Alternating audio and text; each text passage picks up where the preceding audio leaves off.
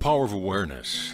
Leave the mirror and change your face. Leave the world alone and change your conception of yourself. Neville. Chapter 1. I am. All things, when they are admitted, are made manifest by the light. For everything that is made manifest is light. Ephesians 5:13. The light is consciousness. Consciousness is one, manifesting in legions of forms or levels of consciousness. There is no one that is not all that is, for consciousness, though expressed in an infinite series of levels, is not divisional. There is no real separation or gap in consciousness. I am cannot be divided. I may conceive myself to be a rich man, a poor man, a beggar, or a thief, but the center of my being remains the same regardless of the concept I hold of myself.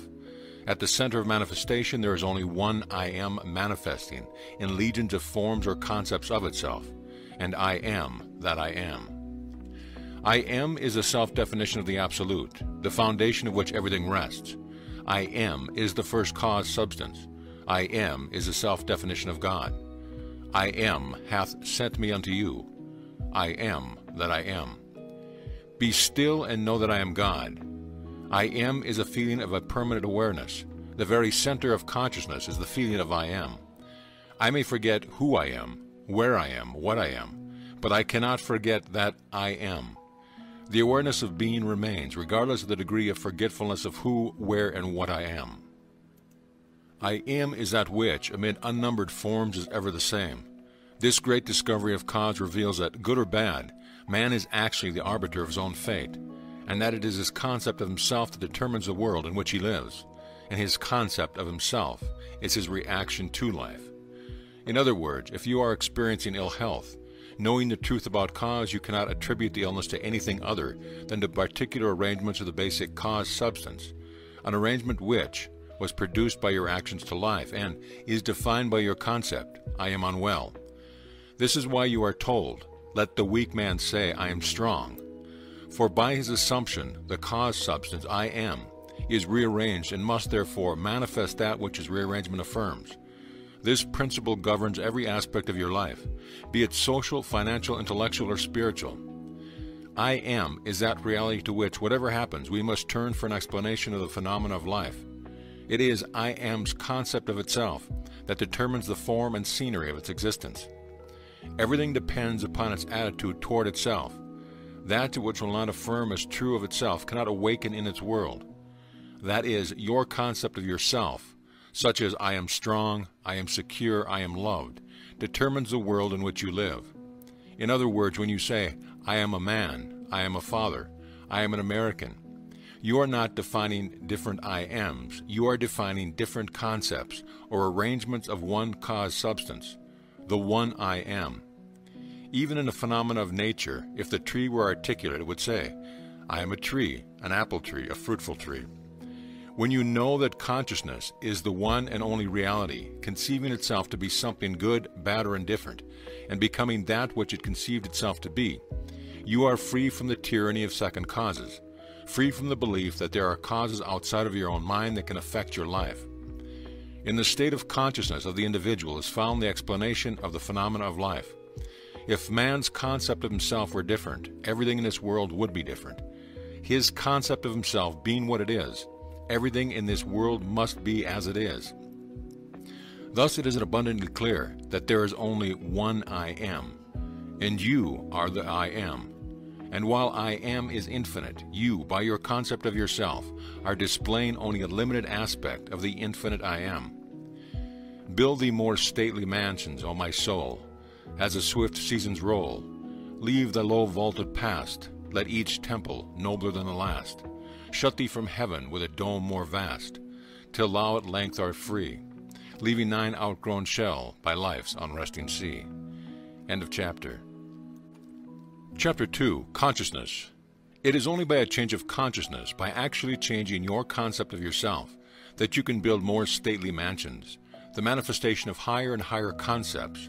By manifesting is meant experiencing the results of those concepts in your world. It is of vital importance to understand clearly just what consciousness is. The reason lies in the fact that consciousness is the one and only reality. It is the first and only cause substance of the phenomena of life. Nothing has existed for man save through the consciousness he has of it. Therefore, it is to consciousness you must turn, for it is the only foundation on which the phenomena of life can be explained.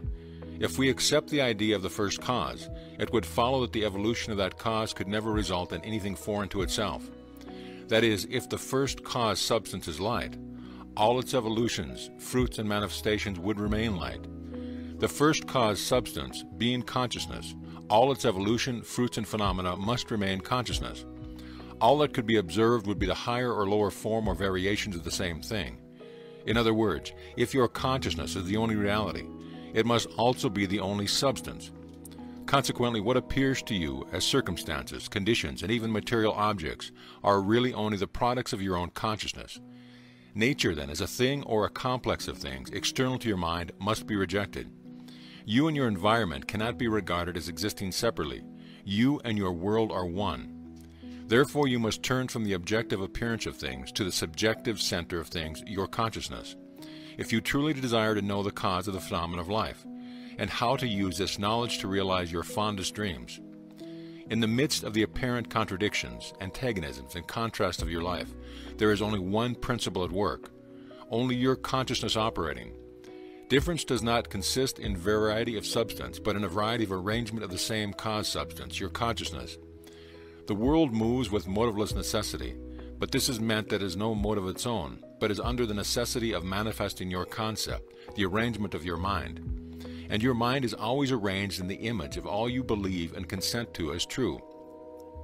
The rich man, poor man, beggar man, or thief are not different minds, but different arrangements of the same mind, in the same sense that a piece of steel, when magnetized, differs not in substance from its demagnetized state, but in the arrangement and order of its molecules. A single electron revolving in a specific orbit constitutes the unit of magnetism. When a piece of steel or anything else is demagnetized, the revolving electrons have not stopped. Therefore, the magnetism has not gone out of the existence. There is only a rearrangement of the particles so that they produce no outside or perceptible effect. When particles are arranged at random, mixed up in all directions, the substance is said to be demagnetized.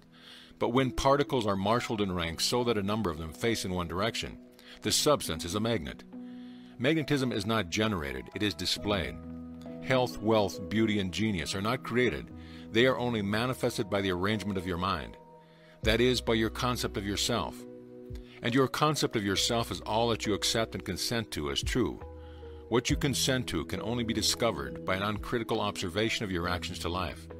Your reactions reveal where you live psychologically, and where you live psychologically determines how you live here in the outer physical world.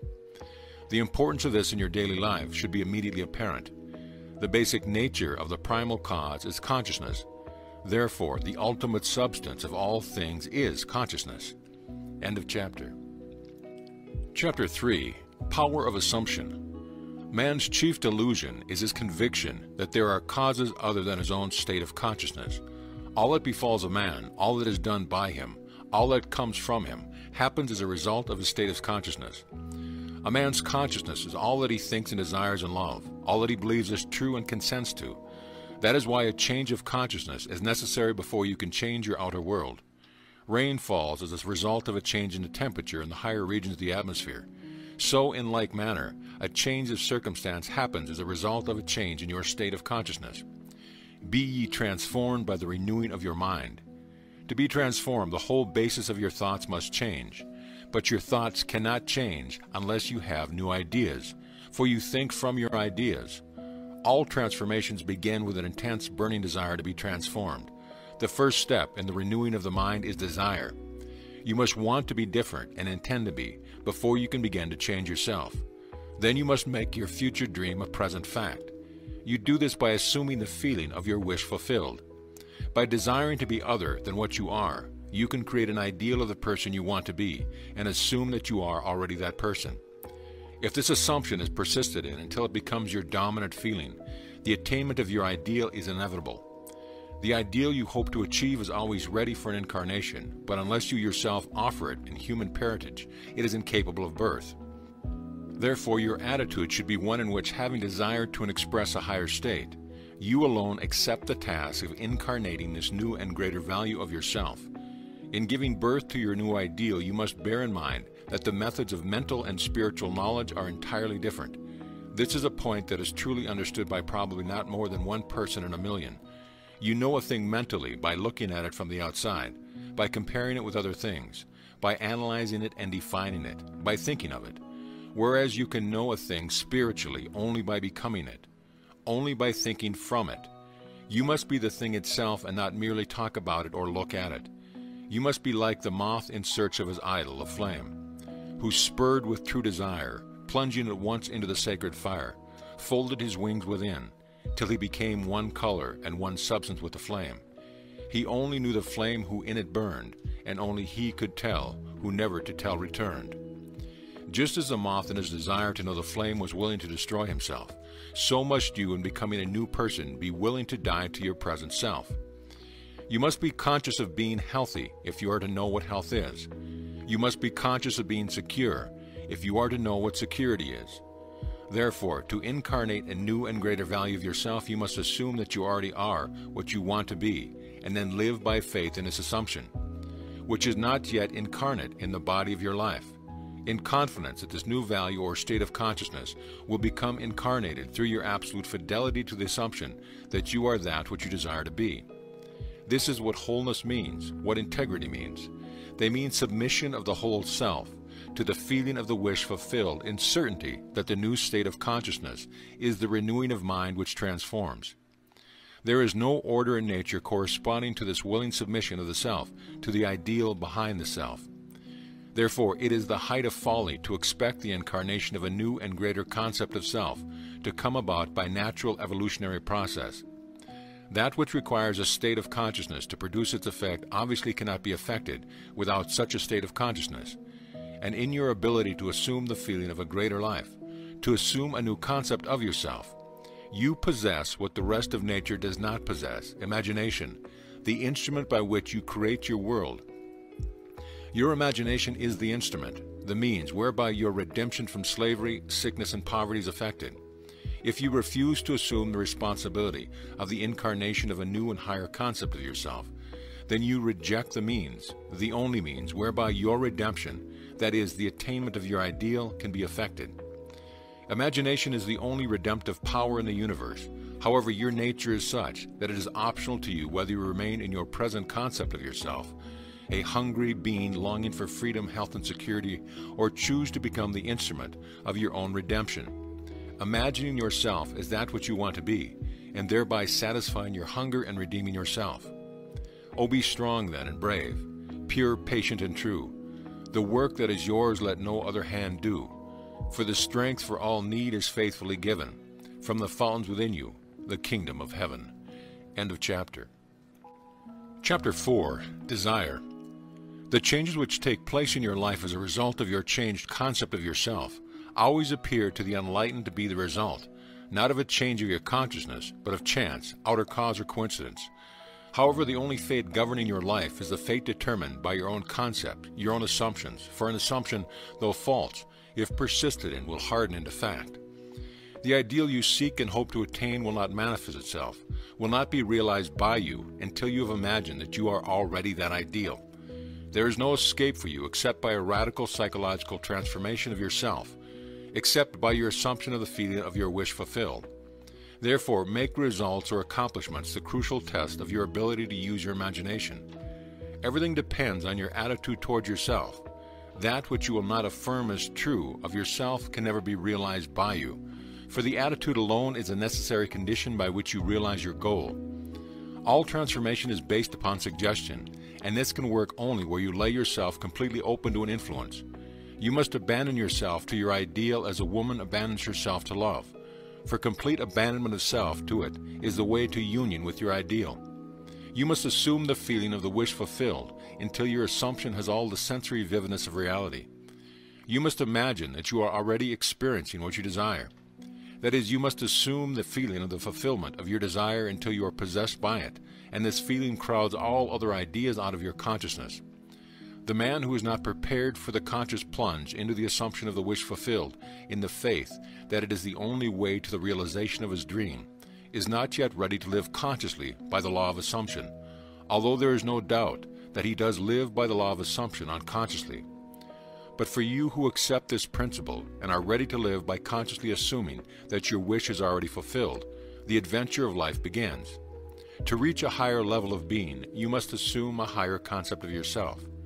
If you will not imagine yourself as other than what you are, then you remain as you are. For if ye believe not that I am he, ye shall die in your sins. If you do not believe that you are he, the person you want to be, then you remain as you are. Through the faithful, systematic cultivation of the feeling of the wish fulfilled, desire becomes the promise of its own fulfillment. The assumption of the feeling of that wish fulfilled makes the future dream a present dream. End of chapter. Chapter 5. The Truth That Sets You Free. The drama of life is a psychological one in which all the conditions, circumstances, and events of your life are brought to pass by your assumptions. Since your life is determined by your assumptions, you are forced to recognize the fact that you are either a slave to your assumptions or their master. To become the master of your assumptions is the key to undreamed of freedom and happiness. You can attain this mastery by deliberate conscious control of your imagination. You determine your assumption in this way. Form a mental image, a picture of that state desired, of the person you want to be. Concentrate your attention upon the feeling that you are already that person. First, visualize the picture in your consciousness. Then feel yourself to be in the state as though it actually formed your surrounding world. By your imagination, that which was a mere mental image is changed into a seemingly solid reality. The great secret is a controlled imagination and a well-sustained attention, firmly and repeatedly focused on the object to be accomplished. It cannot be emphasized too much that, by creating an ideal within your mental sphere, by assuming that you already are that ideal, you identify yourself with it and thereby transform yourself into its image, thinking from the ideal instead of thinking of the ideal. Every state is already there as mere possibilities, as long as we think of them, but as overpowering real when we think from them. This was called by the ancient teachers subjection to the will of God, or resting in the Lord. And the only true test of resting in the Lord is that all who do rest are inevitably transformed into the image of that in which they rest, thinking from the wish fulfilled.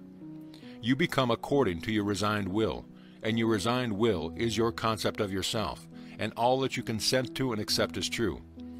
You, assuming the feeling of your wish fulfilled and continued therein, take upon yourself the results of that state. Not assuming the feeling of your wish fulfilled, you are ever free of the results. When you understand the redemptive function of imagination, you hold in your hands the key to the solution of all of your problems. Every phase of your life is made by the exercise of your imagination. Determined imagination alone is the means of your progress, of the fulfilling of your dreams. It is the beginning and end of all creating. The great secret is a controlled imagination and a well-sustained attention firmly and repeatedly focused on the feeling of the wish fulfilled until it fills the mind and crowds all other ideas out of consciousness. What greater gifts could be given to you than to be told the truth that will set you free? The truth that sets you free is that you can experience in imagination what you desire to experience in reality. And by maintaining this experience in imagination, your desire will become an actuality. You are limited only by your uncontrolled imagination and lack of attention to the feeling of your wish fulfilled. When the imagination is not controlled and attention not studied on the feeling of the wish fulfilled, then no amount of prayer or piety or invocation will produce the desired effect. When you can call up at will whatsoever image you please, when the forms of your imagination are as vivid as you are the forms of nature, you are the master of your fate. You must stop spending your thoughts, your time, and your money. Everything in life must be an investment.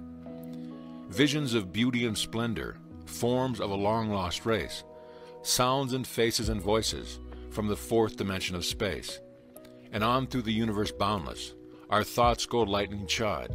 Some call it imagination, others call it God. Chapter 6. Attention. A double-minded man is unstable in all his ways. James 1:8. Attention is forceful in proportion to the narrowness of its focus. That is, when it is obsessed with a single idea or sensation. It is steadied and powerfully focused only by such an adjustment of the mind as permits you to see one thing only. For you steady the attention and increase its power by confining it. The desire which realizes itself is always a desire upon which attention is exclusively concentrated, for an idea is endowed with power only in proportion to the degree of attention fixed on it. Concentrated observation is the attentive attitude directed from some specific end. The attentive attitude involves selection, for when you pay attention, it signifies that you have decided to focus your attention on one object or state rather than on another. Therefore, when you know what you want, you must deliberately focus your attention on the feeling of your wish fulfilled until that feeling fills the mind and crawls all other ideas out of your consciousness. The power of attention is the measure of your inner force. Concentrated observation of one thing shuts out other things and causes them to disappear. The great secret of success is to focus the attention on the feeling of the wish fulfilled without permitting any distractions. All progress depends on an increase of attention. The ideas which impel you to action are those which dominate the consciousness, those which possess the attention. The idea which excludes all others from the field of attention discharges an action. This one thing I do, forgetting those things that are behind, I press towards the mark. This means you. This one thing you can do, forgetting these things that are behind. You can press toward the mark of filling your mind with the feeling of the wish fulfilled. To the unenlightened man, this will seem to be all fantasy. Yet all progress comes from those who do not take the accepted view nor accept the world as it is. As we stated heretofore, if you can imagine what you please, and if the forms of your thoughts are as vivid as the forms of nature, you are by virtue of the power of your imagination master of your fate. Your imagination is you yourself, and the world as your imagination sees it is the real world.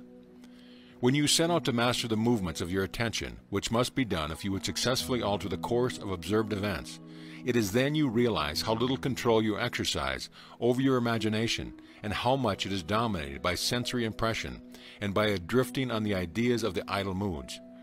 To aid in the mastering the control of your attention, practice this exercise.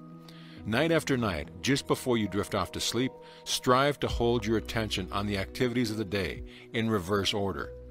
Focus your attention on the last thing you did, that is, getting into bed, and then move it backward in time over the events until you reach the first event of the day, getting out of bed. This is no easy exercise, but just as specific exercises greatly help in developing specific muscles, this will greatly help in developing the muscle of your attention. Your attention must be developed, controlled, and concentrated in order to change your concept of yourself successfully and thereby change your future. Imagination is able to do anything, but only according to the internal direction of your attention. If you persist night after night, sooner or later you will awaken in yourself a center of power and become conscious of your greater self, the real you. Attention is developed by repeated exercise or habit. Through habit, an action becomes easier, and so in course of time gives rise to a faculty or facility, which can then be put to a higher use. When you attain control of the internal direction of your attention, you will no longer stand in shallow water, but will launch out into the deep of life. You will walk in an assumption of the wish fulfilled as a foundation more solid even than earth. End of chapter. Chapter 7, Attitude. Experiments recently conducted by Merle Lawrence in Princeton and Adelbert Ames in Dartmouth, in the latter's psychology laboratory at Hanover, New Hampshire, prove that what you see when you look at something depends not so much on what is there as on the assumption you make when you look. Since what we believe to be the real physical world is actually only an assumptive world, it is not surprising that these experiments prove that what appears to be solid reality is actually the result of expectations or assumptions. Your assumptions determine not only what you see, but also what you do, for they govern all your conscious and subconscious movements towards the fulfillment of themselves. Over a century ago, this truth was stated by Emerson as follows: "As the world was plastic and fluid in the hands of God, so it is ever too so much of His attributes as we bring to it.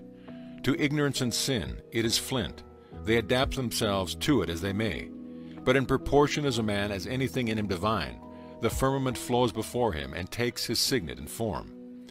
Your assumption is the hand of God molding the firmament into the image of that which you assume.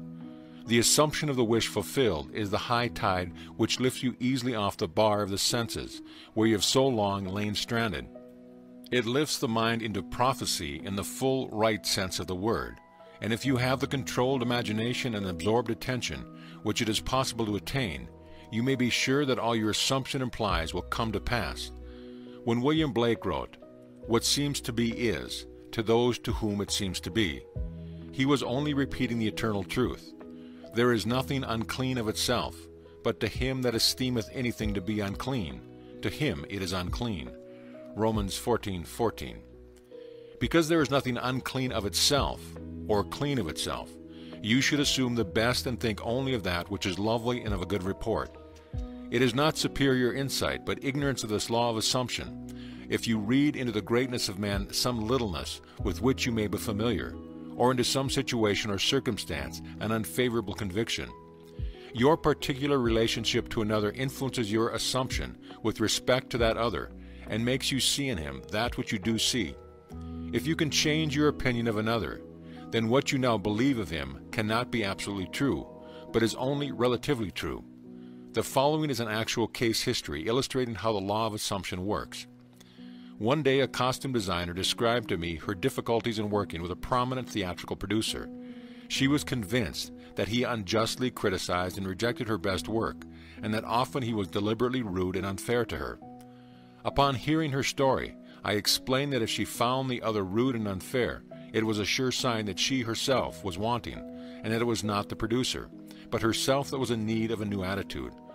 I told her that the power of this law of assumption and its practical application could be discovered only through experience, and that only by assuming that the situation was already what she wanted it to be could she prove that she could bring about the change desired. Her employer was merely bearing witness, telling her by his behavior what her concept of him was. I suggested that it was quite probable that she was carrying on conversations with him in her mind, which were filled with criticism and recrimination. There was no doubt but that she was mentally arguing with the producer, for others only echo that which we whisper to them in secret. I asked her if it was not true that she talked to him mentally, and if so, what those conversations were like. She confessed that every morning on her way to the theater, she told him just what she thought of him in a way she would never have dared address him in person. The intensity and force of her mental arguments with him automatically established his behavior toward her. She began to realize that all of us carry on mental conversations.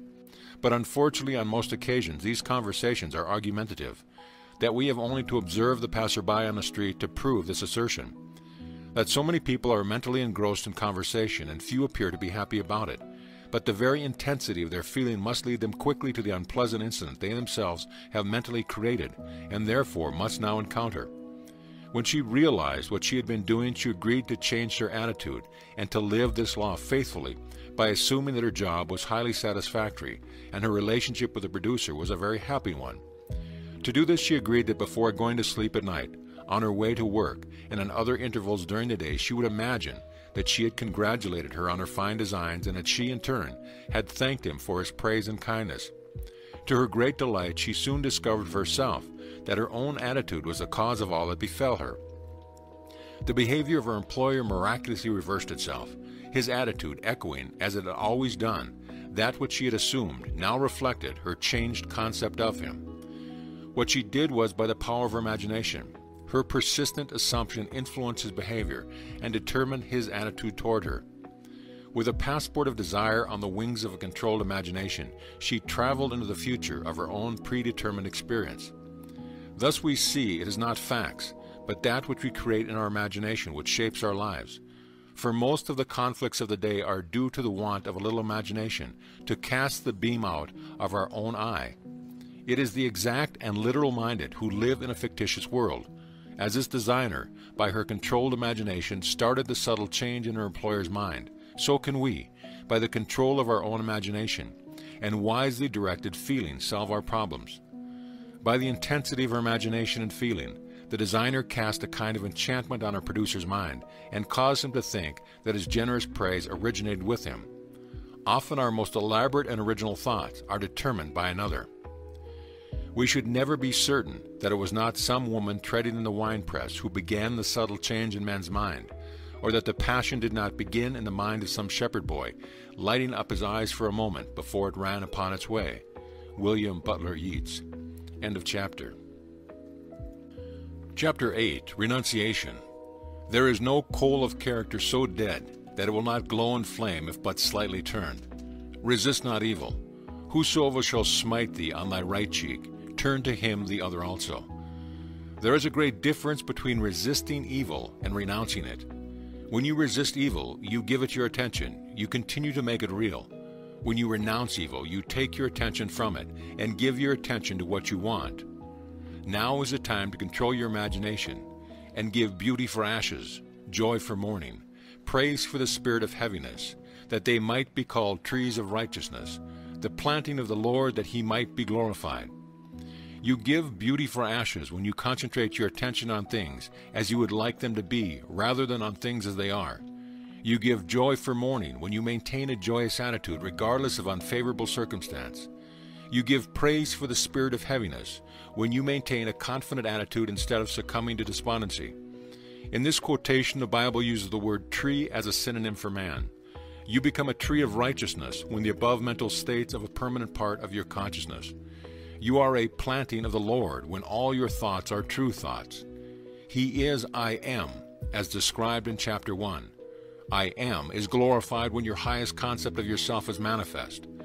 When you have discovered your own controlled imagination to be your Savior, your attitude will be completely altered without any diminution of religious feeling, and you will say of your controlled imagination, "Behold this vine, I found it a wild tree, whose wanton strength had swollen into irregular twigs. But I pruned the plant, and it grew temperate in its vain expanse of useless leaves, and nodded as you see into these clean, full clusters, to repay the hand that wisely wounded it." By vine is meant your imagination, which in its uncontrolled state expands its energy in useless or destructive thoughts and feelings. But you, just as the vine is pruned by cutting away its useless branches and roots, prune your imagination by withdrawing your attention from all unlovingly and destructive ideas, and concentrating on the ideal you wish to attain. The happier, more noble life you will experience will be the result of wisely pruning your own imaginations. Yes, be pruned of all unloving thoughts and feelings that you may. Think truly, and thy thoughts shall the world's famine feed. Speak truly, and each word of thine shall be a fruitful seed. Live truly, and thy life shall be a great and noble creed. End of chapter. Chapter 9, Preparing Your Place. And all mine are thine, and thine are mine. John 17:10. Thrust in thy sickle and reap, for the time is come for thee to reap, for the harvest of the earth is ripe. Revelations 14:15. All is yours. Do not go seeking for that which you are. Appropriate it, claim it, assume it. Everything depends upon your concept of yourself. That which you do not claim as true of yourself cannot be realized by you. The promise is, "Whosoever hath, to him it shall be given, and he shall have more abundance. But whosoever hath not, from him shall be taken away even that which he seemeth to have." Hold fast in your imagination to all that is lovely and of good report, for the lovely and the good are essential in your life if it is to be worthwhile. Assume it. You do this by imagining that you already are what you want to be, and already have what you want to have. As a man thinketh in his heart, so is he. Be still and know that you are that which you desire to be, and you will never have to search for it. In spite of your appearance of freedom of action, you obey, as everything else does, the law of assumption. Whatever you may think of the question of free will, the truth is your experiences throughout your life are determined by your assumptions, whether conscious or unconscious. An assumption builds a bridge of incidences that lead inevitably to the fulfillment of itself. Man believes the future to be a natural development of the past, but the law of assumption clearly shows that this is not the case.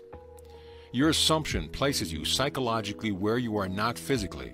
Then your senses pull you back from where you were psychologically to where you are physically.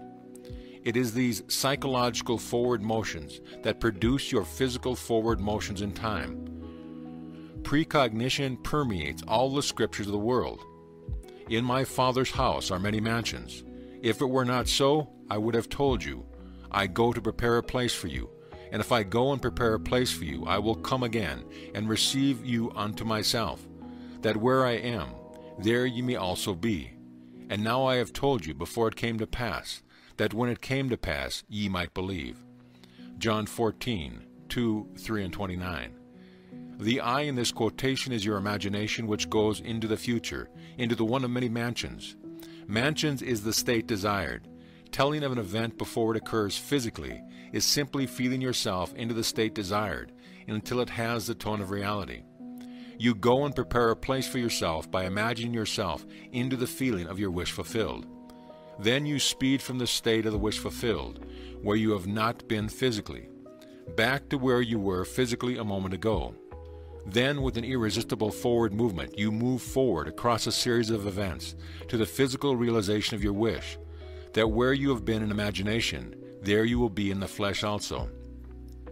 Unto the place from whence the river comes, thither they return again.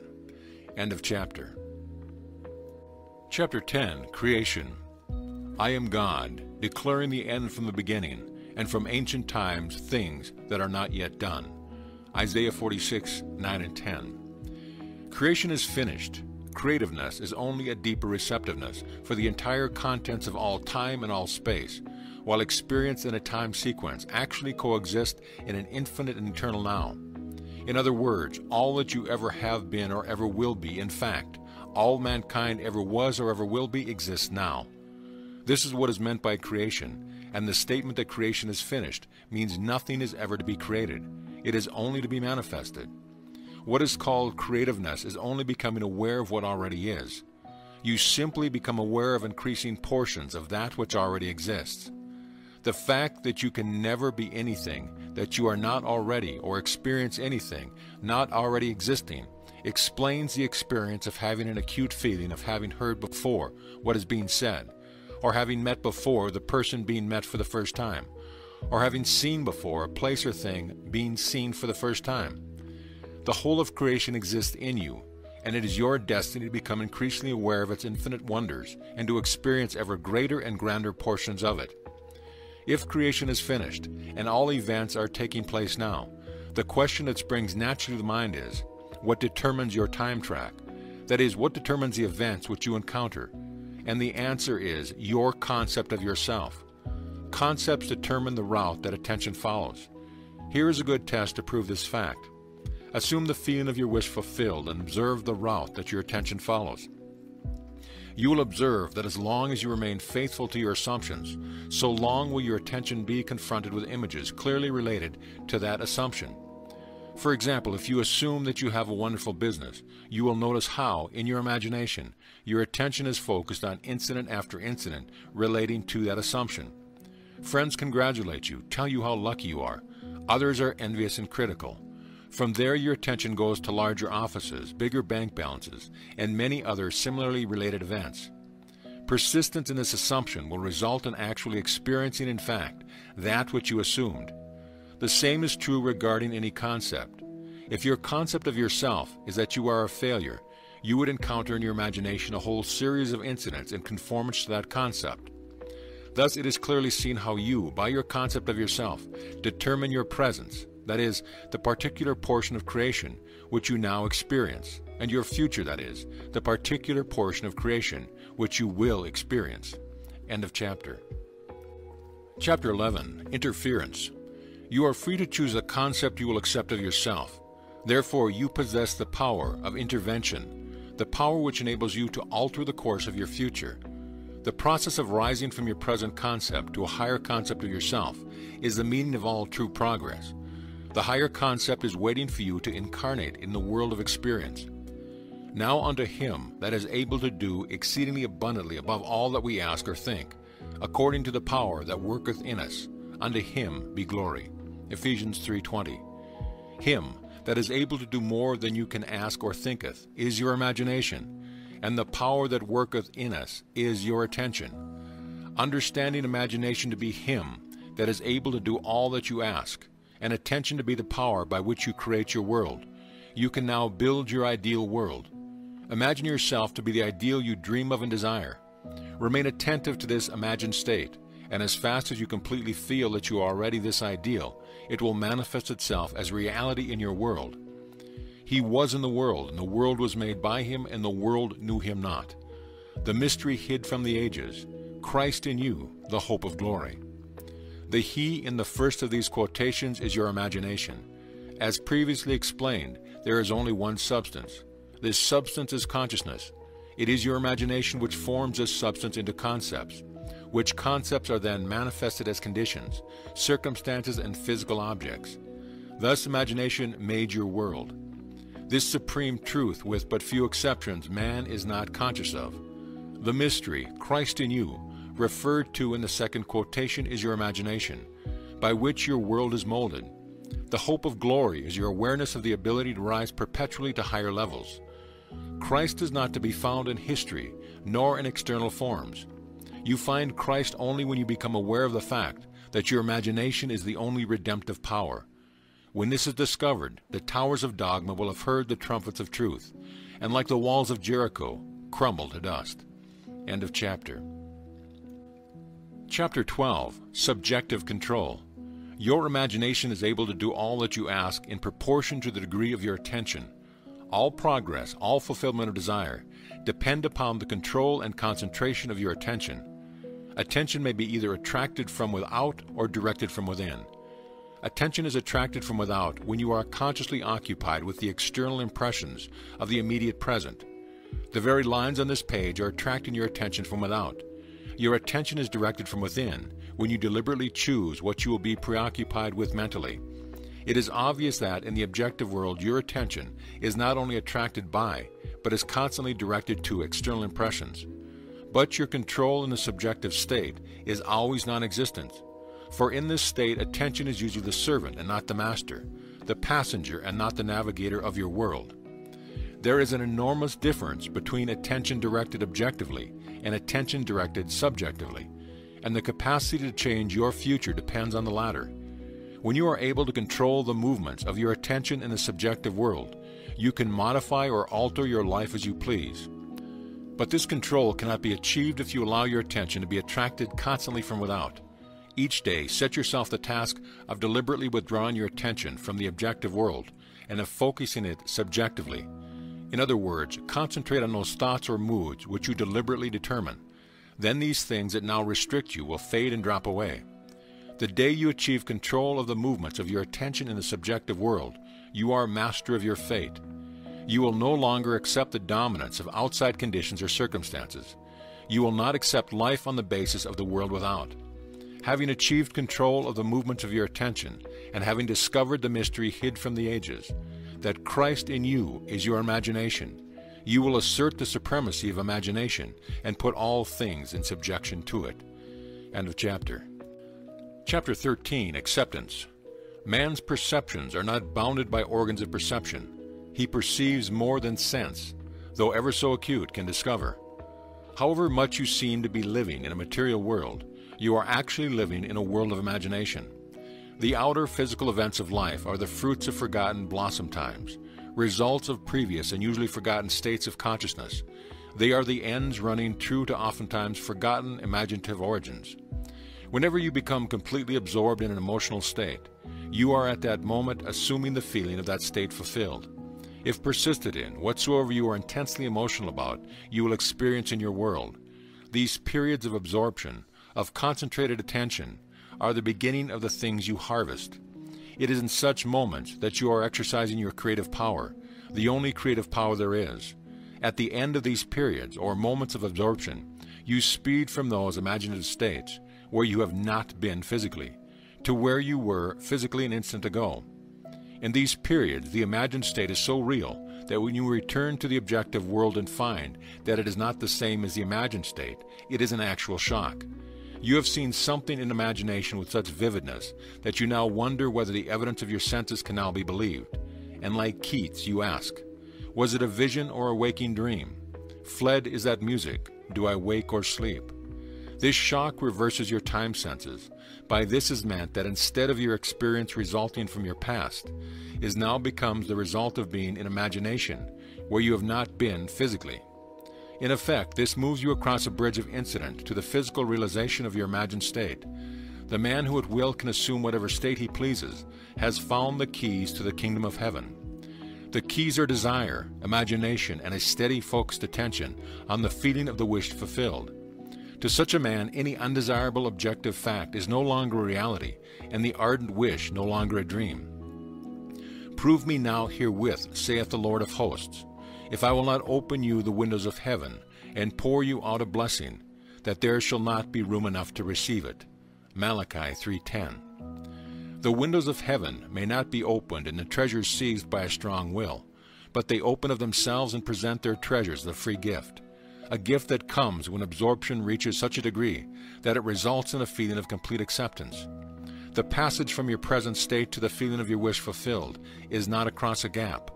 There is continuity between the so-called real and unreal. To cross from one state to the other, you simply extend your feelers, trust your touch, and enter fully into the spirit of what you are doing. Not by might nor by power, but by my spirit, saith the Lord of hosts. Assume the spirit, the feeling of wish fulfilled, and you will have opened the windows to receive the blessing. To assume a state is to get into the spirit of it. Your triumphs will be surprised only to those who do not know your hidden passage from the state of longing to the assumption of the wish fulfilled. The Lord of hosts will not respond to your wish until you have assumed the feeling of an already being what you want to be. For acceptance is the channel of his action. Acceptance is the Lord of hosts in action. End of chapter. Chapter 14, The Effortless Way. The principle of least action governs everything in physics from the path of a planet to the path of a pulse of light. Least action is the minimum of energy multiplied by the minimum of time. Therefore, in moving from your present state to the state desired, you must use the minimum of energy and take the shortest possible time. Your journey from one state of consciousness to another is a psychological one. So to make the journey, you must employ the psychological equivalent of least action, and the psychological equivalent is mere assumption. The day you finally realize the power of assumption, you discover that it works in complete conformity with this principle. It works by means of attention minus effort. Thus, with least action through an assumption, you hurry without haste and reach your goal without effort. Because creation is finished, what you desire already exists. It is excluded from view because you can see only the contents of your own consciousness. It is the function of an assumption to call back the excluded view and restore full vision. It is not the world, but your assumption that changes. An assumption brings the invisible into sight.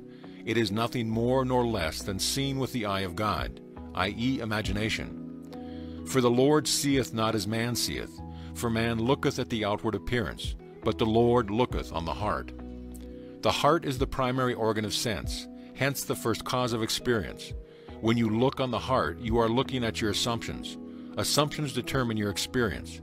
Watch your assumptions with all diligence, for out of it are the issues of life. Assumptions have the power of objective realization. Every event in the visible world is a result of an assumption or idea in the unseen world. The present moment is all important, for it is only in the present moment that our assumption can be controlled. The future must become the present in your mind if you would wisely operate the law of assumption. The future becomes the present when you imagine that you already are what you will be when your assumption is fulfilled. Be still, least action, and know that you are that which you desire to be. The end of longing should be being. Translate your dream into being. Perpetual construction of future states without the consciousness of already being there, that is, picturing your desire without actually assuming the feeling of the wish fulfilled, is the fallacy and mirage of mankind. It is simply futile daydreaming. End of chapter. Chapter 15, The Crown of the Mysteries. The assumption of the wish fulfilled is the ship that carries you over the unknown seas to the fulfillment of your dreams.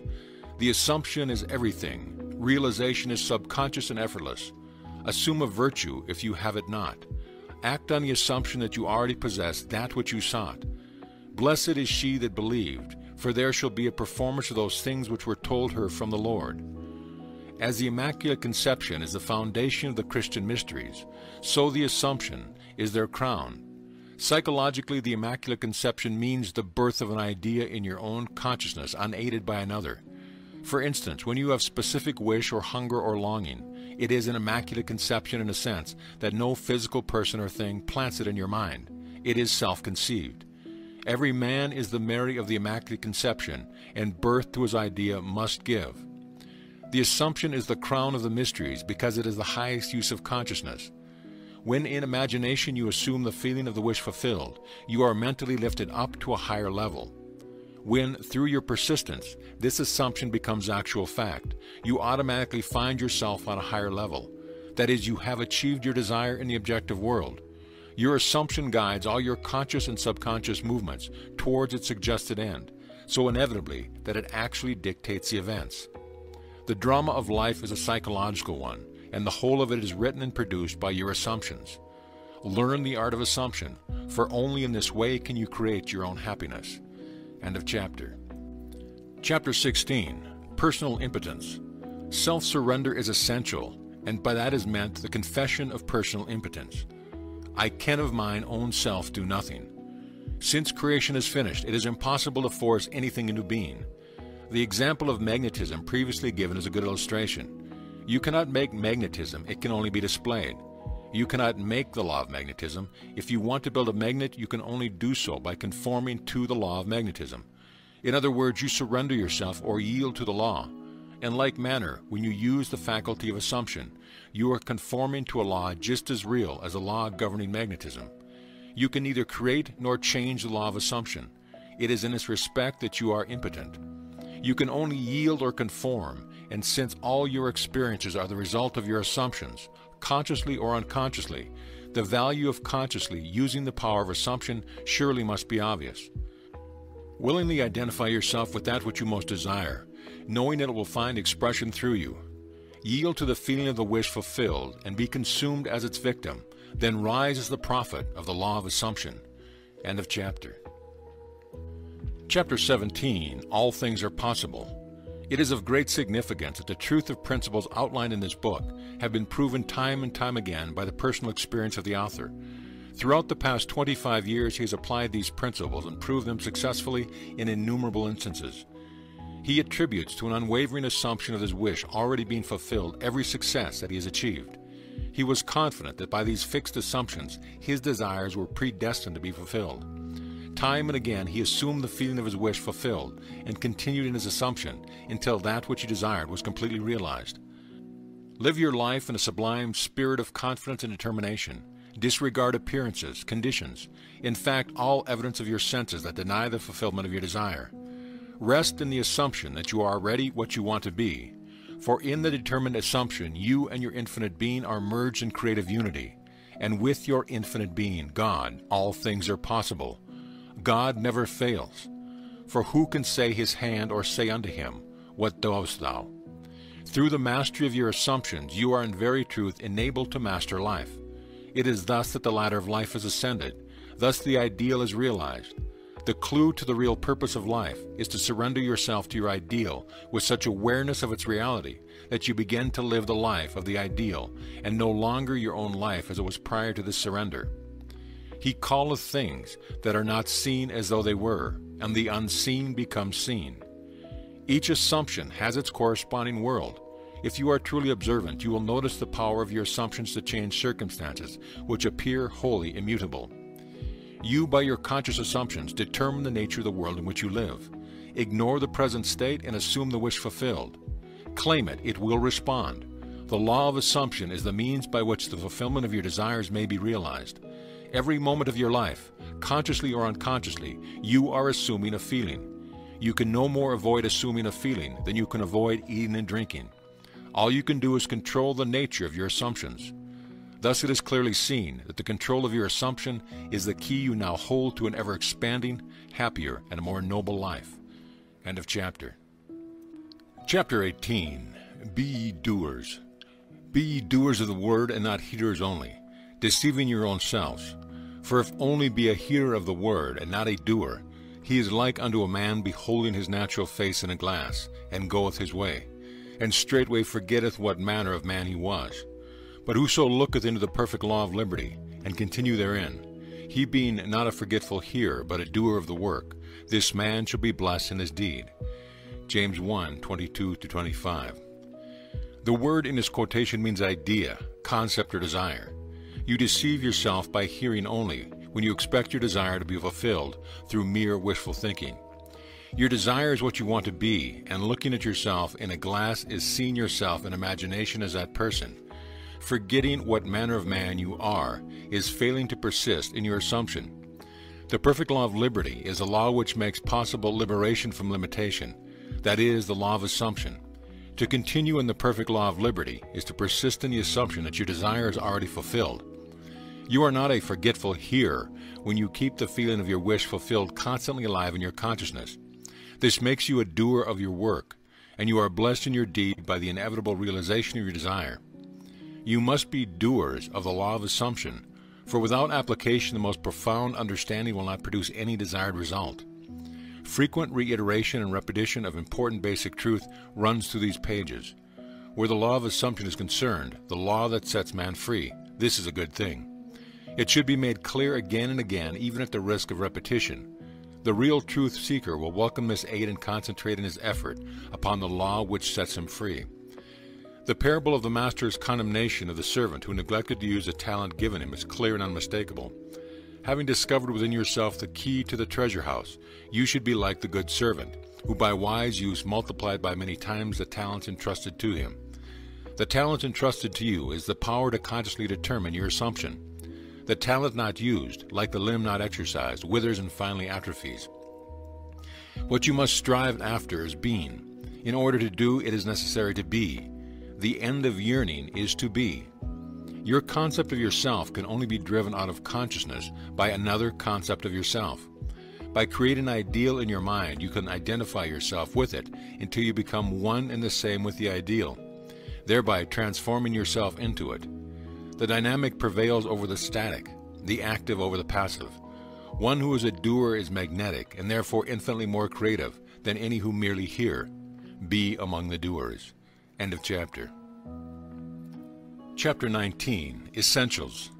The essential points in the successful use of the law of assumption are these. First and above all, yearning, longing, intense, burning desire. With all your heart, you must want to be different from what you are. Intense burning desire, combined with intention to make good, is the mainspring of action, the beginning of all successful ventures. In every great passion which achieves its objective, desire is concentrated and intentioned. You must first desire and then intend to succeed. As the hart panteth after the water brooks, so panteth my soul after thee, O God. Blessed are they that hunger and thirst after righteousness, for they shall be filled. Here the soul is interpreted as the sum total of all you believe, think, feel, and accept as true. In other words, your present level of awareness, God, I am, is the power of awareness, the source and fulfillment of all desire. Understood, psychologically, I am an infinite series of levels of awareness, and I am what I am according to where I am in the series. This quotation describes how your present level of awareness longs to transcend itself. Righteousness is the consciousness of already being what you want to be. Second, cultivate physical immobility, a physical incapacity not unlike the state described by Keats in his Ode to the Nightingale. A drowsy numbness pains my senses, as though of hemlock I had drunk. It is a state akin to sleep, but one in which you are still in control of the direction of attention. You must learn to induce this state at will, but experience has taught that it is more easily induced after a substantial meal, or when you wake in the morning feeling very loath to arise. Then you are naturally disposed to enter this state. The value of physical immobility shows itself in the accumulation of mental force which absolute stillness brings with it. It increases your power of concentration. Be still and know that I am God. In fact, the greater energies of the mind seldom break forth save when the body is stilled and the door of the senses closed to the objective world. The third and last thing to do is to experience in your imagination what you experience in reality had you achieved your goal. You must gain it in imagination first, for imagination is the very door to the reality of that which you seek. But use imagination masterfully and not as an onlooker thinking of the end, but as a partaker thinking from the end. Imagine that you possess a quality or something you desire which hitherto has not been yours. Surrender yourself completely to this feeling until your whole being is possessed by it. This state differs from reverie in this respect. It is the result of a controlled imagination and a steadied, concentrated attention, whereas reverie is the result of an uncontrolled imagination, usually just a daydream. In the controlled state, a minimum of effort suffices to keep your consciousness filled with the feeling of the wish fulfilled. The physical and mental immobility of this state is a powerful aid to the voluntary attention and a major factor of minimum effort. The application of these 3 points, desire, physical immobility, and the assumption of the wish already fulfilled, is the way to atonement or union with your objective. The first point is thinking of the end with intention to realize it. The third point is thinking from the end with the feeling of accomplishment. The secret of thinking from the end is to enjoy being it. The minute you make it pleasurable and imagine that you are it, you start thinking from the end. One of the most prevalent misunderstandings is that this law works only for those having a devout or a religious objective. This is a fallacy. It works just as impersonally as a law of electricity works. It can be used for greedy, selfish purposes as well as noble ones. But it should always be borne in mind that ignoble thoughts and actions inevitably result in unhappy consequences. End of chapter. Chapter 20. Righteousness. In the preceding chapter, righteousness was defined as the consciousness of already being what you want to be. This is the true psychological meaning and obviously does not refer to adherence to moral codes, civil law, or religious precepts. You cannot attach too much importance to being righteous. In fact, the entire Bible is permeated with admonition and exhortations on the subject. Break off thy sins by righteousness, Daniel 4:27. My righteousness I hold fast, and will not let it go. My heart shall not reproach me so long as I live, Job 27:6. My righteousness shall answer for me in time to come, Genesis 30:33. Very often the words sin and righteousness are used in the same quotation. This is a logical contrast of opposites and becomes enormously significant in the light of the psychological meaning of righteousness and the psychological meaning of sin. Sin means to miss the mark, not to attain your desire, not to be the person you want to be is sinning. Righteousness is the consciousness of already being what you want to be. It is a changeless educative law that effects must follow cause. Only by righteousness can you be saved from sinning. There is a widespread misunderstanding as to what it means to be saved from sin. The following example will suffice to demonstrate this misunderstanding and to establish a truth. A person living in abject poverty may believe that by means of some religious or philosophical activity he can be saved by sin, and his life improved as a result. If, however, he continues to live in the same state of poverty, it is obvious that what he believed was not truth, and in fact he was not saved. On the other hand, he can be saved by righteousness. The successful use of the law of assumption would have the inevitable result of an actual change in his life. He would no longer live in poverty. He would no longer miss the mark. He would be saved from sin. Except your righteousness shall exceed the righteousness of the scribes and Pharisees, ye shall in no wise enter into the kingdom of heaven. Matthew 5:20. Scribes and Pharisees means those who are influenced and governed by the outer appearances, the rules and customs of society in which they live, the vain desire to be thought well of by other men. Unless this state of mind is exceeded, your life will be one of limitation, of failure to attain your desire, of missing the mark of sin. This righteousness is exceeded by true righteousness, which is always the consciousness of already being that which you want to be. One of the greatest pitfalls in attempting to use the law of assumption is focusing your attention on the things, on a new home, a better job, a bigger bank account. This is not the righteousness without which you die in your sins. Righteousness is not the thing itself. It is the consciousness, the feeling of already being the person you want to be, of already having the thing you desire. Seek ye first the kingdom of God and his righteousness, and all these things shall be added unto you. Matthew 6:33. The kingdom, the entire creation of God, your I am, is within you. Righteousness is the awareness that you already possess it all. End of chapter. Chapter 21. Free Will. The question is often asked, what should be done between the assumption of the wish fulfilled and its realization? Nothing. It is a delusion that, other than assuming the feeling of the wish fulfilled, you can do anything to aid the realization of your desire. You think that you can do something, you want to do something, but actually you can do nothing. The illusion of the free will to do is but ignorance of the law of assumption, upon which all action is based. Everything happens automatically. All that befalls you, all that is done by you happens. Your assumptions, conscious or unconscious, direct all thought and actions to their fulfillment. To understand the law of assumption, to be convinced of its truth, means getting rid of all the illusions about free will to act.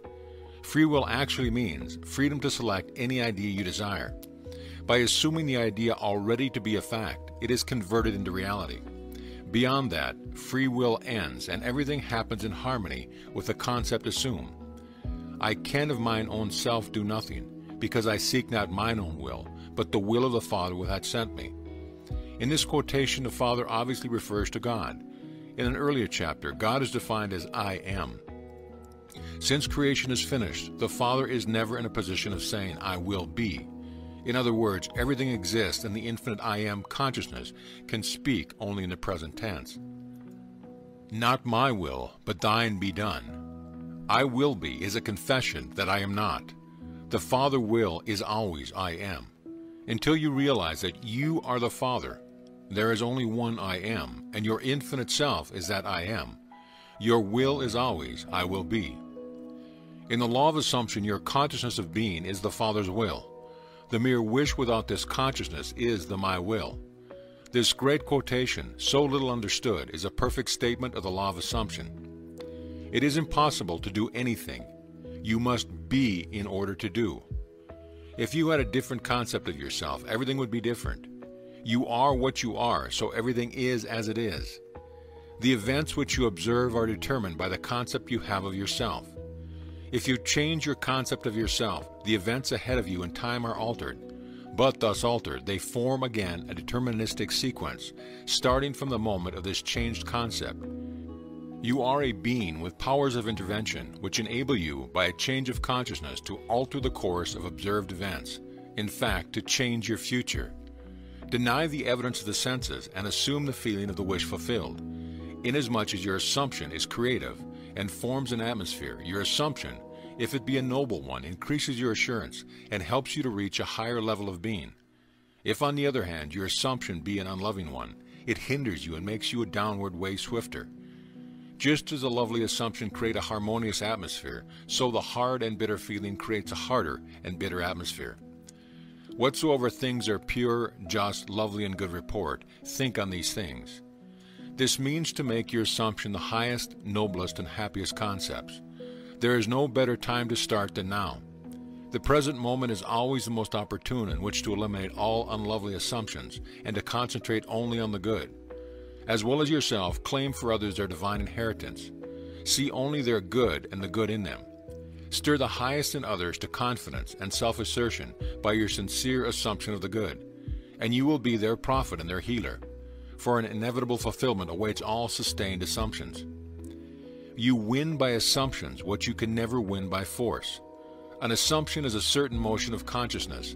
This motion, like all motion, exercises an influence on the surrounding substance, causing it to take the shape of, echo, and reflect the assumption. A change of fortune is a new direction and outlook, merely a change in arrangement of the same mind substance, consciousness. If you would change your life, you must begin at the very source, with your own basic concept of self. Outer change, becoming part of organizations, political bodies, religious bodies, is not enough. The cause goes deeper. The essential change must take place in yourself, in your own concept of self. You must assume that you are what you want to be and continue therein. For the reality of your assumption has its being in complete independence of objective fact, and will clothe itself in flesh if you persist in the feeling of the wish fulfilled. When you know that assumptions, if persisted in, harden into facts, then events which seem to be uninitiated mere accidents will be understood by you to be the logical and inevitable effects of your assumption. The important thing to bear in mind is that you have infinite free will in choosing your assumptions, but no power to determine conditions and events. You can create nothing, but your assumptions determine what portion of creation you will experience. End of chapter. Chapter 22, Persistence. And he said unto them, Which of you shall have a friend, and shall go unto him at midnight, and say unto him, Friend, lend me 3 loaves, for a friend of mine in his journey is come to me, and I have nothing to set before him. And he from within shall answer and say, Trouble me not, the door is now shut, and my children are with me in bed. I cannot rise and give thee. I say unto you, though he will not rise and give him, because he is his friend, yet because of his importunity he will rise and give him as many as he needeth. And I say unto you, Ask, and it shall be given. Seek, and ye shall find. Knock, and it shall be opened unto you. Luke 11:5-9. There are 3 principal characters in this quotation. You and the two friends mentioned. The first friend is a desired state of consciousness. The second friend is a desire seeking fulfillment. 3 is a symbol of wholeness, completion. Loaves symbolize substance. The shut door symbolizes the senses which separate the seen from the unseen. Children in bed means ideas that are dormant. Inability to rise means a desired state of consciousness cannot rise to you, you must rise to it. Importunity means demanding persistency, a kind of brazen impudence. Ask, seek, and knock mean assuming the consciousness of already having what you desire. Thus the scriptures tell you that you must persist in rising to, assuming the consciousness of your wish already being fulfilled. The promise is definite that if you are shameless in your impudence in assuming that you already have that which your senses deny, it shall be given unto you. Your desire shall be attained. The Bible teaches the necessity of persistence by the use of many stories. When Jacob sought a blessing from the angel with whom he wrestled, he said, I will not let thee go, except thou bless me. When the Shunammite sought the help of Elisha, she said, As the Lord liveth, and as thy soul liveth, I will not leave here, and he arose and followed her. The same idea is expressed in another passage. And he spake a parable unto them, that men ought always to pray, and not to faint, saying, There was in a city a judge, which feared not God, neither regarded man, and there was a widow in that city. And she came unto him, saying, Avenge me of mine adversary. And he would not for a while, but afterwards he said within himself, Though I fear not God, nor regard man, yet because this widow troubleth me, I will avenge her, lest she weary me by her continual coming. Luke 18:1-5. The basic truth underlying each of these stories is that desire springs from the awareness of ultimate attainment, and that persistence in maintaining the consciousness of the desire already being fulfilled results in its fulfillment. It is not enough to feel yourself in a state of the answered prayer. You must persist in that state. That is the reason for the injunction, man ought always to pray and not to faint. Here, to pray means to give thanks for already having what you desire. Only persistency in the assumption of the wish fulfilled can cause those subtle changes in your mind which result in desired changes in your life. It matters not whether they be angels, Elisha, or reluctant judges. All must respond in harmony with your persistent assumption. When it appears that people other than yourself and your world do not act toward you as you would like, it is not due to reluctance on their part, but a lack of persistence in your assumption of your life already being as you want it to be. Your assumption to be effective cannot be a single isolated act. It must be a maintained attitude of the wish fulfilled, and that maintained attitude that gets you there, so that you think from your wish fulfilled instead of thinking about your wish, is aided by assuming the feeling of the wish fulfilled frequently. It is the frequency, not the length of time, that makes it natural. That to which you constantly return constitutes your truest self. Frequent occupancy of the feeling of the wish fulfilled is the secret of success. End of chapter. Chapter 23, Case Histories. It will be extremely helpful at this point to cite a number of specific examples of the successful application of this law. Actual case histories are given. In each of these, the problem is clearly defined, and the way imagination was used to attain the required state of consciousness is fully described. In each of these instances, the author of this book was either personally concerned or was told the facts by the person involved. 1. This is the story with every detail of which I am personally familiar. In the spring of 1943, a recently drafted soldier was stationed in a large army camp in Louisiana. He was intensely eager to get out of the army, but only in an entirely honorable way. The only way he could do this was to apply for a discharge. The application then required the approval of his commanding officer to become effective. Based on Army regulations, the decision of the commanding officer was final and could not be appealed. The soldier, following all the necessary procedure, applied for a discharge. Within 4 hours, his application was returned marked disapproved. Convinced he could not appeal the decision to any higher authority, military or civilian, he turned within to his own consciousness, determined to rely on the law of assumption. The soldier realized that his consciousness was the only reality, that his particular state of consciousness determined the events he would encounter.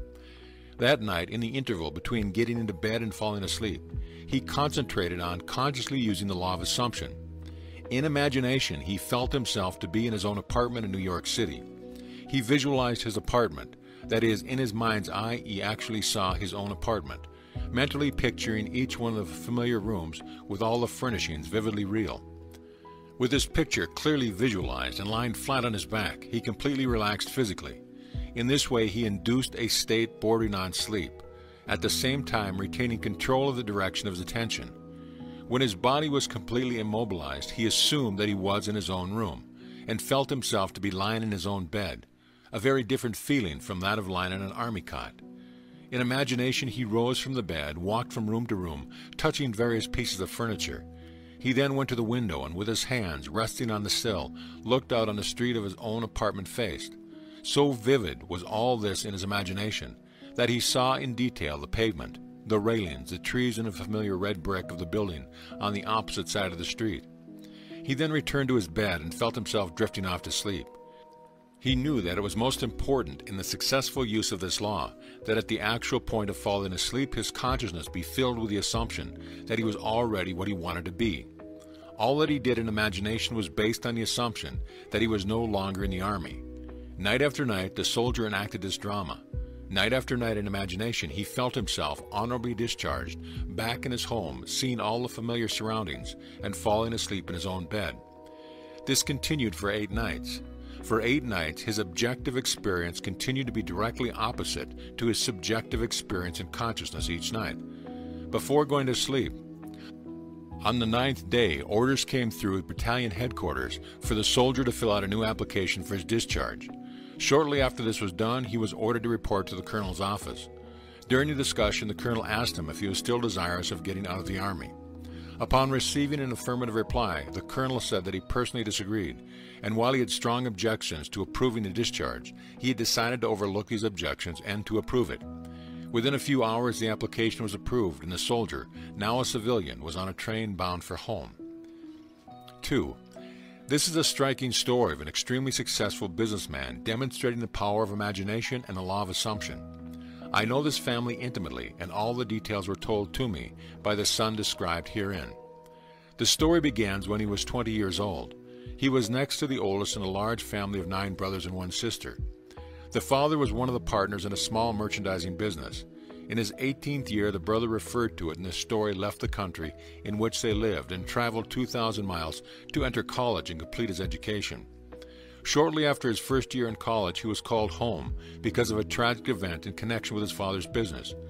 Through the machinations of his associate, the father was not only forced out of business, but was the object of false accusation, impugning his character and integrity. At the same time, he was deprived of his rightful share in the equity of the business. The result was he found himself largely discredited and almost penniless. It was under these circumstances that his son was called home from college. He returned, his heart filled with one great resolution. He was determined that he would become outstandingly successful in business. The first thing he and his father did was use a little money they had to start their own business. They rented a small store on a side street not far from the large business, of which the father had been one of the principal owners. There they started a business bent upon real service to the community. It was shortly thereafter that the son, with instinctive awareness that was bound to work, deliberately used imagination to attain an almost fantastic objective. Every day on the way to and from work, he passed the building of his father's former business, the biggest business of its kind in the country. It was one of the largest buildings, with the most prominent location in the heart of the city. On the outside of the building was a huge sign in which the name of the firm was painted in large, bold letters. Day after day as he passed it, a great dream took shape in his son's mind.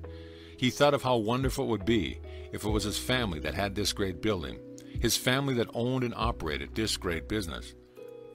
One day he stood gazing at the building. In his imagination, he saw a completely different name on the huge sign across the entrance. Now the large letters spelled out his family name. In these case histories, actual names are not used. For the sake of clarity in the story, we'll use a hypothetical name and assume that the son's family name was Goddard. Where the sign read F.N. Moth & Company, in imagination he actually saw the name, letter by letter, J.N. Goddard & Sons. He remained looking at the sign with his eyes wide open, imagining that it read J.N. Goddard & Sons. Twice a week, week after week, month after month, for 2 years, he saw his family name over the front of the building. He was convinced that if he felt strong enough that a thing was true, it was bound to be the case.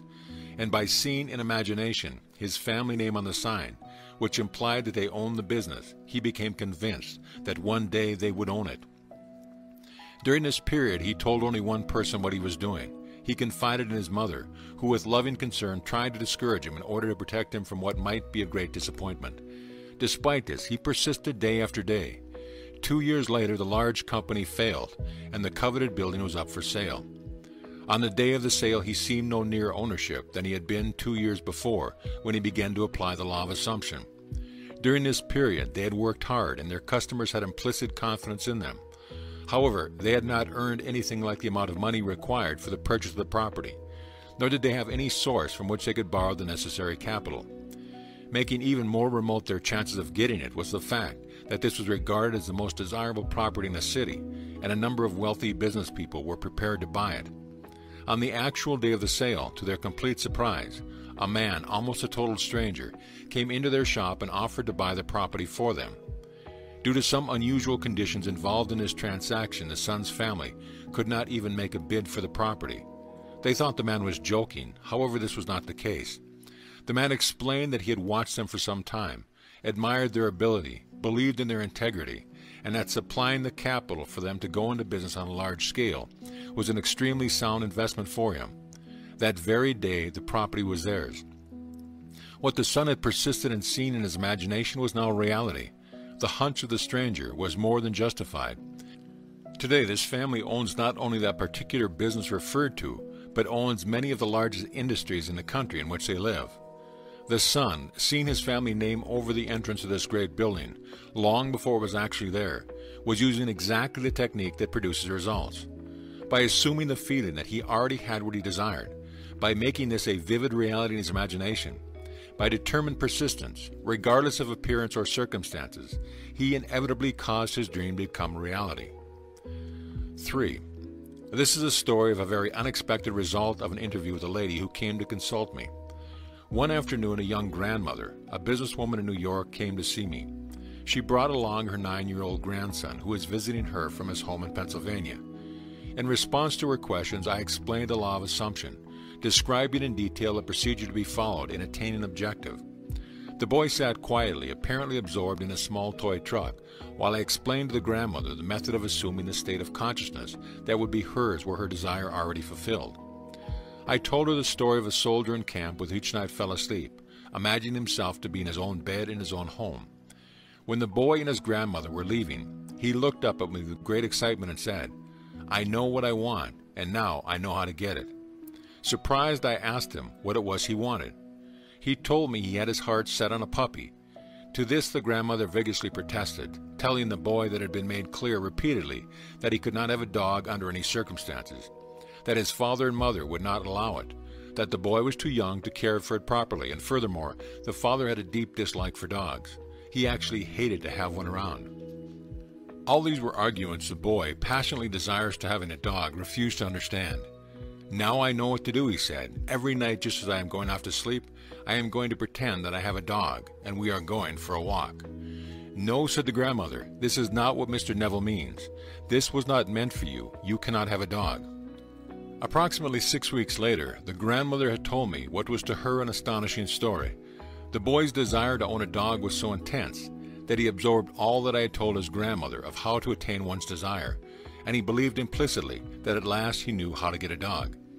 Putting this belief into practice, for many nights the boy imagined a dog was lying in his bed beside him. In imagination, he petted the dog, actually feeling its fur. Things like playing with a dog and taking it for a walk filled his mind. Within a few weeks it happened. A newspaper in the city in which the boy lived organized a special program in connection with Kindness to Animal Week. All school children were requested to write an essay on why I would like to own a dog. After entries from all the schools were submitted and judged, the winner of the contest was announced. The very same boy who weeks before in my apartment in New York had told me, "Now I know how to get a dog," was the winner.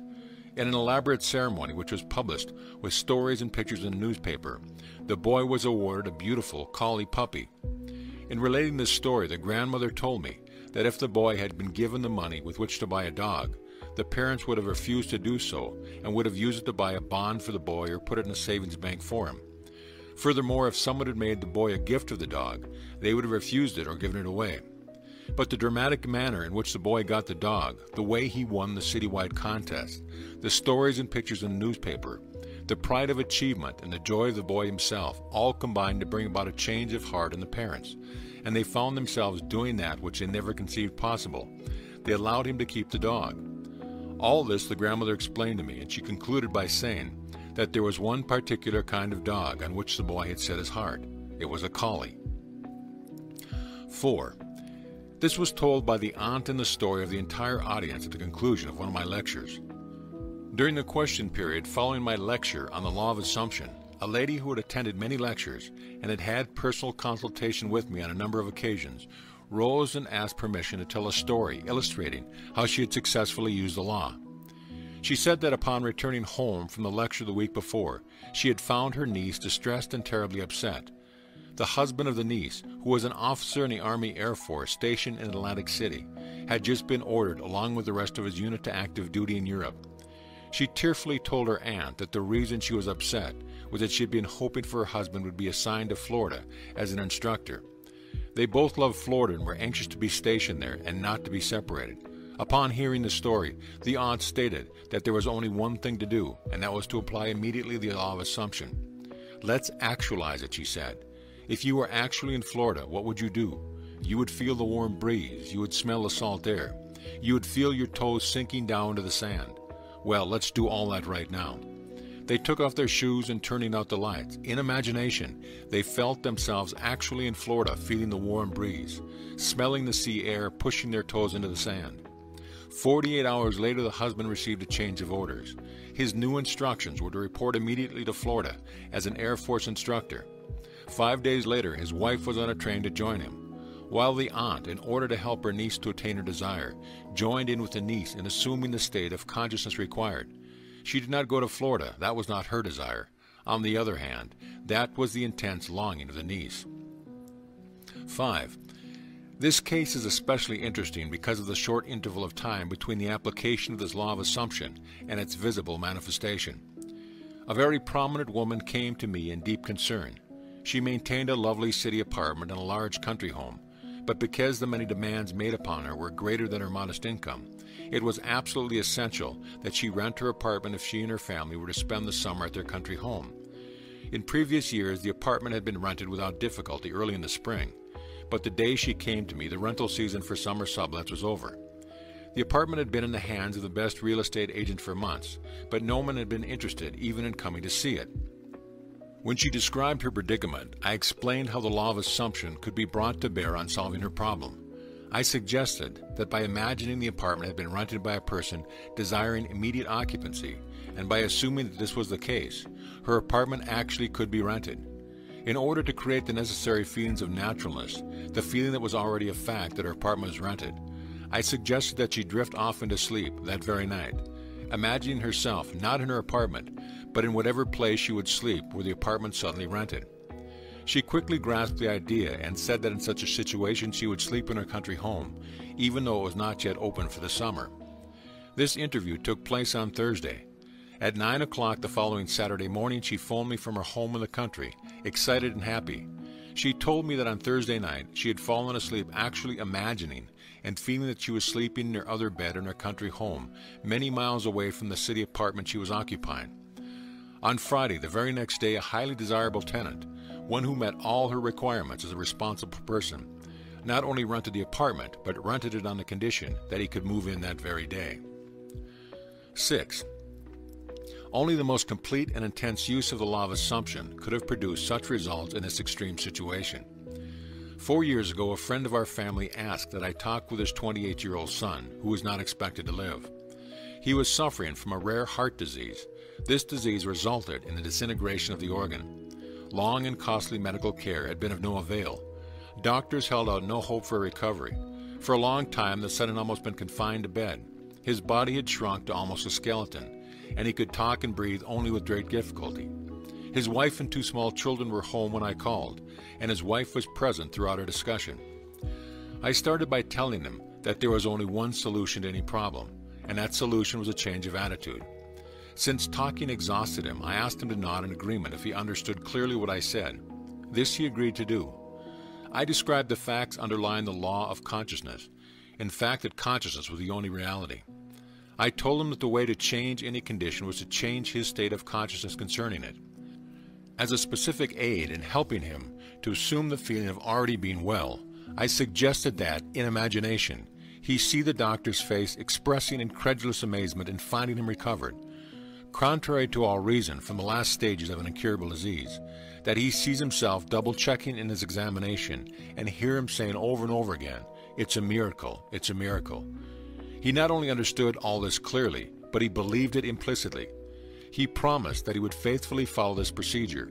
His wife, too, who had been listening intensely, assured me that she, too, would diligently use the law of assumption and her imagination in the same way as her husband.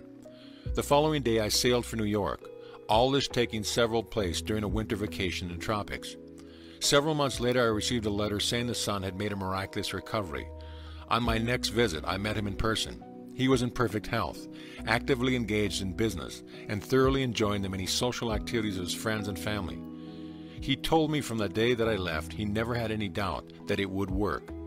He described how he had faithfully followed the suggestion I had made to him and day after day had lived completely in the assumption of already being well and strong. Now, 4 years after his recovery, he is convinced that the only reason he is here today is due to a successful use of the law of assumption. 7.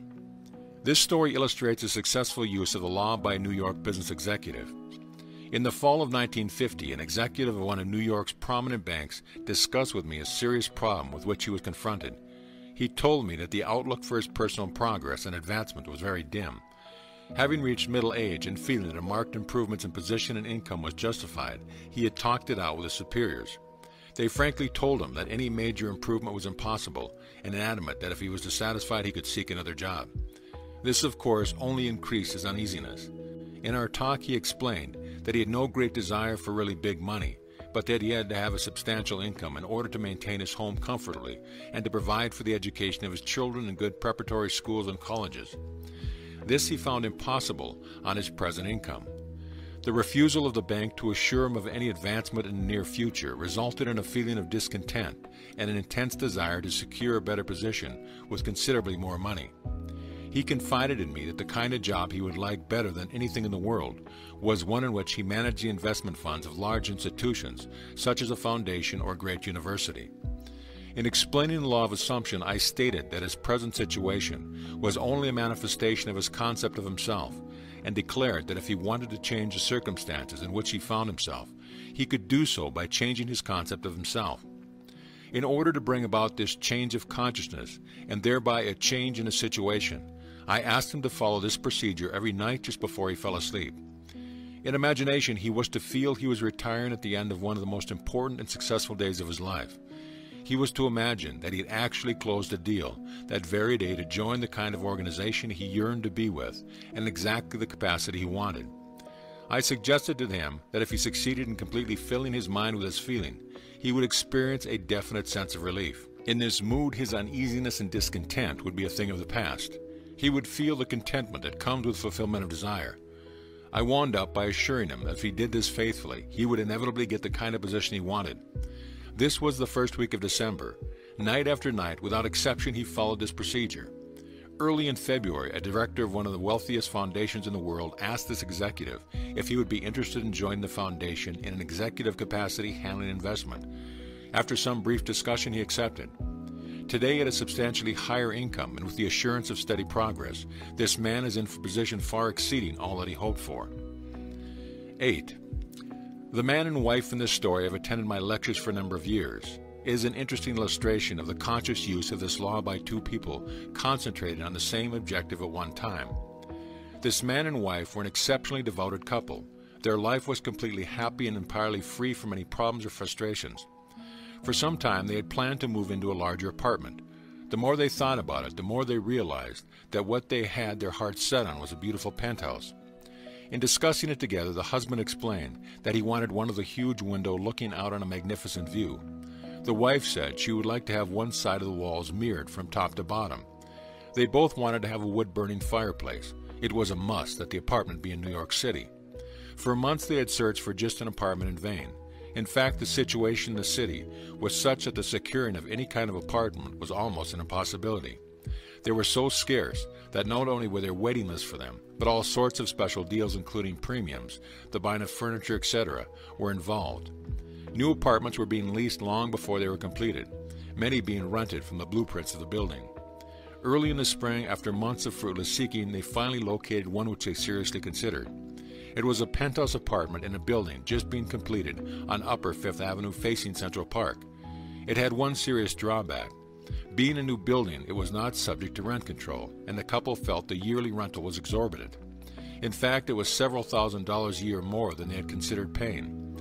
During the spring months of March and April, they continued looking at various penthouses throughout the city, but they always came back to this one. Finally, they decided to increase the amount they would pay substantially and made a proposition which the agent for the building agreed to forward to the owners for consideration. It was at this point, without discussing it with each other, each determined to apply the law of assumption. It was not until later that each learned what the other had done. Night after night, they both fell asleep in imagination in the apartment they were considering. The husband, lying with his eyes closed, would imagine this bedroom windows were overlooking the park. He would imagine going to the window the first thing in the morning and enjoying the view. He felt himself sitting on the terrace overlooking the park, having cocktails with his wife and friends, all thoroughly enjoying it. He filled his mind with actually feeding himself in the penthouse and on the terrace. During all this time, unknown to him, his wife was doing the same thing. Several weeks went by without any decision on the part of the owners, but they continued to imagine as they fell asleep each night that they were actually sleeping in the penthouse. One day, to their complete surprise, one of the employees in the apartment building in which they lived told them that the penthouse there was vacant.